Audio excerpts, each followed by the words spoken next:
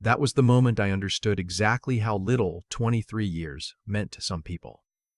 The boardroom was on the 14th floor of a glass tower in downtown Calgary. My father-in-law had booked it for what he called a strategic realignment meeting. I remember thinking that was an odd phrase. We were a mid-sized construction material supplier, not a Bay Street investment firm. Strategic realignment. I should have known then. There were 11 people in that room. My brother-in-law, Tad, sat near the head of the table in a chair he'd never earned. He was 31 years old. He had worked for the company for 4 years, mostly in a role that existed because his father invented it. His business card said Director of Business Development. I had never seen him develop anything. I was 53. I had spent 23 years building the company's contracts division from scratch. When I joined, we had 2 provincial supply agreements and a handshake deal with a municipal road crew in Red Deer. When that meeting happened, we held 7 active contracts with Public Services and Procurement Canada, 3 with Alberta Infrastructure, and a long-term supplier agreement with the City of Calgary that I had personally negotiated over 8 months of back and forth with their procurement office. The total annual value of those contracts was just over $19 million. My father-in-law stood up at the head of the table and said he had an announcement. He didn't look at me when he said it. He said the company was entering a new phase. He said Tad had shown exceptional leadership potential. He said the contracts division would now report directly to Tad, and that Tad would be taking over as Director of Federal and Provincial Contracts, effective immediately. I sat very still. Someone coughed, one of the project managers. A woman named Yvonne, who had worked with me for 6 years, looked at the table in front of her. My father-in-law said he was confident in this transition and that he expected everyone's full cooperation. He still hadn't looked at me. I didn't say anything. I didn't stand up. I didn't raise my voice. I had learned a long time ago that the moments when you most want to say something are usually the moments when silence serves you better. So I sat there and I watched Tad try to look humble and not quite manage it. And I thought about the folder sitting in my desk drawer on the 7th floor. And I thought about a conversation I'd had 3 months earlier over lunch with a contact at PSPC in Ottawa. And I thought about how long it would take me to make one phone call. The meeting ended. People filed out. My father-in-law finally looked at me as I pushed back my chair, and he gave me a nod that I think was meant to communicate something like, "You understand, don't you?" I nodded back. I understood perfectly. I took the elevator down to 7, walked to my office, and closed the door. Let me go back. I grew up in Lethbridge. My father worked for a grain elevator company for 30 years and retired with a modest pension and a lot of opinions about the weather. I studied business at the University of Calgary, graduated in 1995, and spent 5 years working for a procurement consulting firm in Edmonton before a friend mentioned that a construction supply company in Calgary was looking for someone to grow their government contracts side of the business. The company was called Halton Structural Supply. My father-in-law, whose name was Norm, had started it in the late 80s with money inherited from his own father and a good relationship with a concrete supplier in Medicine Hat. By the time I came on board, it was a solid regional company, profitable, well-regarded, but not growing. The federal contract space was something Norm understood in theory, but had never successfully cracked. He needed someone who knew how the procurement system worked, who understood the standing offer process, who could build relationships with the contracting officers at the agencies that mattered. That was me. I met my wife, Sandra, at the company Christmas party in my 2nd year. She was Norm's youngest daughter. She was finishing her nursing degree at Mount Royal. We dated for 2 years, got married in Canmore, bought a house in Tuscany. Sandra never worked for the company. She had her own career, her own patients, her own life. That separation always felt healthy to me, clean. She was not her father's employee, and I was not her father's son-in-law when we were at work. We were careful about that. Tad was Sandra's older brother. He and I had never been close. There was nothing dramatic about it. No argument, no falling out. We were just different people who happened to be connected by family. He had grown up expecting things. I had grown up understanding that expectations were just disappointments with optimism attached. The years went by the way years do when you are building something. I spent a lot of time in Ottawa. I learned the procurement officers by name, not just their titles, but their actual names, their files, their communication preferences, their timelines. I learned which agencies were opening new standing offers before the notices appeared on the buy and sell portal. I learned how to write a bid that made evaluators' jobs easier. I built a reputation as someone who delivered on what he promised, which in government contracting is rarer than it should be. By year 15, the federal contracts alone were accounting for about 40% of Halton's total revenue. Norm knew this. He never said thank you directly. That wasn't his style. But he gave me a good salary, a year-end bonus that reflected the numbers, and the autonomy to run my division without interference. I respected that. I thought we had an understanding. What I didn't see, or maybe what I chose not to see, was what was happening with Tad. Tad had tried 3 different ventures in his 20s.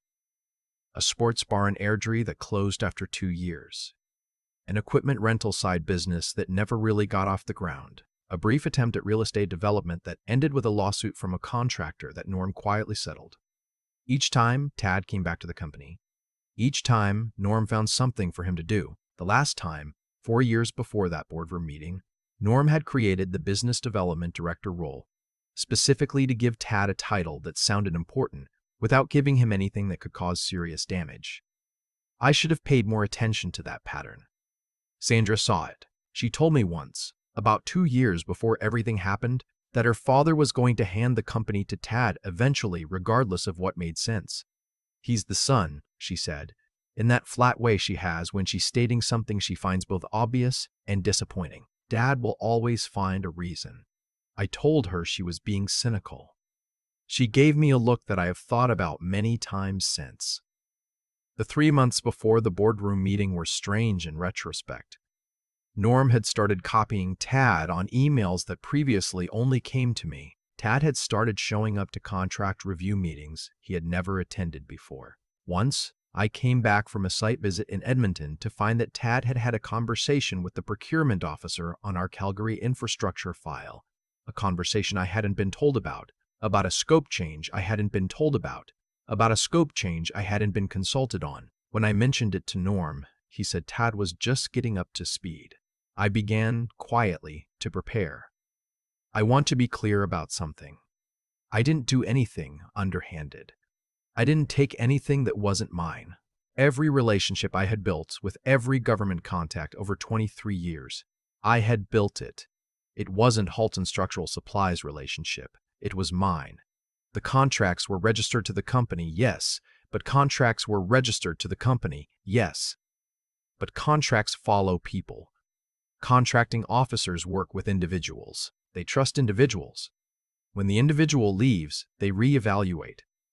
I had also, over the years, been careful about something that most employees don't think about until it's too late. My employment contract had been written in 2000 and never updated. It contained a non-solicitation clause that covered clients in the private sector. It did not cover government procurement relationships. I had noticed this years ago. I had said nothing about it. 3 months before the boardroom meeting, I had lunch with a contact at PSPC, a senior contracting officer I'd worked with for 11 years. His name was Philip. We met at a place near the Ratto Center. Over soup, he mentioned almost in passing that a new federal procurement vehicle was being structured, a standing offer for construction material supply to federal facilities across Western Canada, worth somewhere between 25 and 40 million over 5 years. He said the preliminary consultation phase was starting soon. He said he hoped the right suppliers would be in touch. He looked at me when he said it. I flew back to Calgary and I said nothing to anyone at Halton. After the boardroom meeting, I sat in my office for about an hour. I went through my files. I made a list of every active government contract we held, every standing offer we were registered under, every contracting officer I had a direct relationship with. Then I drafted a letter of resignation, effective in 2 weeks, as my contract required. I printed it, signed it, and put it in an envelope. Then I called Philip in Ottawa. He picked up on the second ring. I told him I was leaving Halton Structural Supply and that I would be setting up my own firm. I told him I intended to register for the new standing offer procurement. He was quiet for a moment. Then he said, "I'll make sure you're on the consultation list." That was it. That was the phone call. I slid the resignation letter under Norm's office door on my way out that evening. I should describe what happened next, because this is the part that matters. I spent my 2-week notice period doing exactly what my contract required. Transitioning files, documenting processes, answering questions. I was professional. I was thorough. What I did not do was introduce Tad to any of my government contacts. What I did not do was tell any contracting officer who my replacement was going to be or suggest they should continue working with Halton. I simply did my job and then I left. I registered my new company. I called it Carling Procurement Solutions, after the street in Ottawa where a lot of the agencies I worked with were based. Within a week of my last day at Halton, I set up a home office in the spare room. Sandra, who had by this point said, "I told you so once and only once," was calm about the whole thing. She kept working her shifts. She didn't call her father. She didn't take sides out loud, but she had already been on mine for years. That mattered more than I can say. The standing offer consultation process began 6 weeks after I left Halton. Philip sent me the RFI directly. I responded. 3 months later, the formal request for standing offer was posted on the portal.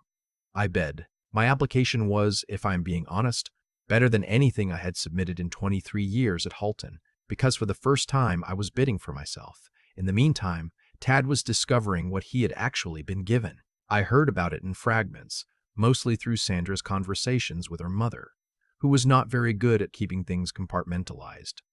Tad had tried to reach out to the PSPC contracting officers on 2 of Halton's active files and found that his calls were not returned promptly. One file, a supply agreement with a federal facility in Edmonton, came up for renewal 8 months after I left. The contracting officer told Norm's team that they would be conducting a competitive process. They had not done that in 6 years. Halton bid. They didn't win. The Calgary infrastructure file, the one Tad had interfered with before I left, ran into problems with the scope change he had discussed without authorization. There was a dispute. Legal got involved. I wasn't party to any of it, but I heard enough to understand that it was expensive and unpleasant. The PSPC standing offer I'd applied for, the $25 to $40 million one, was awarded 11 months after I left Halton. Carling Procurement Solutions was one of 4 successful suppliers. Halton's structural supply had not made the shortlist. I got the call on a Tuesday morning. I was sitting at my kitchen table in Calgary with a cup of coffee and a folder of supporting documents I'd been reviewing. Philip's assistant called to confirm. I thanked her and hung up. Then I sat there for a while, looking out the window at the backyard where the snow was just starting to come down. And I thought about that boardroom on the 14th floor and the nod Norm had given me, and all the years in between. I'm not going to tell you I felt triumphant. That's not the right word. What I felt was something more like clarity, like a long, complicated sentence had finally ended with a proper period. Sandra came downstairs. I told her. She poured herself a coffee, sat down across from me, and said, "Good." Just that. Just good. We sat there together while the snow came down. I have been running Carling Procurement Solutions for 4 years now. We hold 11 active government contracts. We have a small team, 4 people besides me. We work primarily in Western Canada, but we've won 2 contracts in Ontario in the past 18 months. The revenue last year was just under $7 million, which for a 4-year-old firm of our size is not nothing. Halton Structural Supply, from what I understand, is still operating. They restructured the contracts division. They brought in someone from outside. The federal side of the business is a fraction of what it was. Norm retired, I've been told. I don't know what Tad is doing now. I don't ask. What I think about when I think about all of it is this: the mistake people make in family businesses, and I say this as someone who made the same mistake for a long time, is believing that competence creates security. It doesn't. In a family business, security comes from blood. Competence is just useful until there's enough family to replace it. If you're good at what you do, and you are not family, understand that your value to them is instrumental. The moment a family option becomes available, all your years, all your results, all your loyalty gets weighed against one factor: last name. I wish someone had said that to me clearly in year 2 instead of year 23. The other thing I think about is what I had in my possession that they never thought to value properly. Not just my skills, not just my knowledge of the procurement system, but the relationships, the actual human trust between me and the people on the other side of those contracts. You cannot transfer that in a boardroom announcement. You cannot hand it to someone because of their last name. Trust is not a file you can move from one desk to another. It lives in phone calls and lunches and years of following through on what you said you would do. Norm gave Tad my title. He gave him my office. He gave him my parking spot on the 3rd floor of the parkade, for all I know. He couldn't give him any of the things that made the job worth having, and I took those with me when I left. I think about that Tuesday morning more than I probably should. The snow coming down in the backyard. Sandra across the table with her coffee. The way she just said good and didn't need to say anything else. There was no celebration, no vindication speech, just two people sitting quietly while something that had been wrong for a long time finally corrected itself. That's usually how it goes in my experience. The big moments don't announce themselves. They just arrive, and you sit with them. And if you were patient enough to wait, they feel less like victory and more like the world returning to its proper shape. I spent 23 years doing the right thing. Not because I expected a reward, but because I genuinely believed that doing careful, honest work was its own kind of foundation. I kept my word to contracting officers. I followed through on timelines I could have quietly let slip. I told clients the truth when a bid wasn't going to go our way instead of letting them find out from someone else. That wasn't strategy. That was just how I thought a person ought to work. And looking back now, I understand that every one of those small choices was quietly building something that no boardroom announcement could ever redistribute. What Norm never understood, and I don't say this with bitterness, just with clarity, is that you can transfer a title, but you cannot transfer trust. Trust is the thing you earn one conversation at a time, one followed-up email at a time, one difficult phone call that you made anyway at a time. Philip didn't return Tad's calls promptly because Philip didn't know Tad. He knew me. That's not a credential you can put in a job posting. It accumulates slowly, invisibly, the way a good reputation does, and it stays with the person who built it. The other thing I think about is the 3 months before that meeting, the period when I could see what was coming and started to prepare. I want to be honest. I was tempted to do nothing, to hope I was reading it wrong, to keep my head down and trust that competence would be enough. Sandra had already told me it wouldn't be. I almost talked myself out of listening to her. The willingness to face something clearly, even when it's uncomfortable, even when you'd rather believe a better story, that's not a small thing. It's the kind of thinking that either saves you or doesn't, depending on whether you act on it in time. I acted. Not angrily, not dramatically, just methodically. I called Philip. I registered the company. I left professionally and completely. That combination, seeing clearly and then moving carefully, is what made the difference. Not luck, not connections, just that. I'm not a particularly exceptional person. I grew up in Lethbridge. My father worked for a grain elevator company for 30 years. I don't have a remarkable story. What I have is 23 years of showing up and doing what I said I would do, and then 4 years of discovering that those 23 years belonged entirely to me and not to anyone who had employed me. That's the thing worth remembering, I think. Whatever you build through real effort and integrity, the relationships, the knowledge, the reputation, it doesn't live in the company. It lives in you. And when you walk out the door, it walks out with you. Norm kept the office furniture. I kept everything else.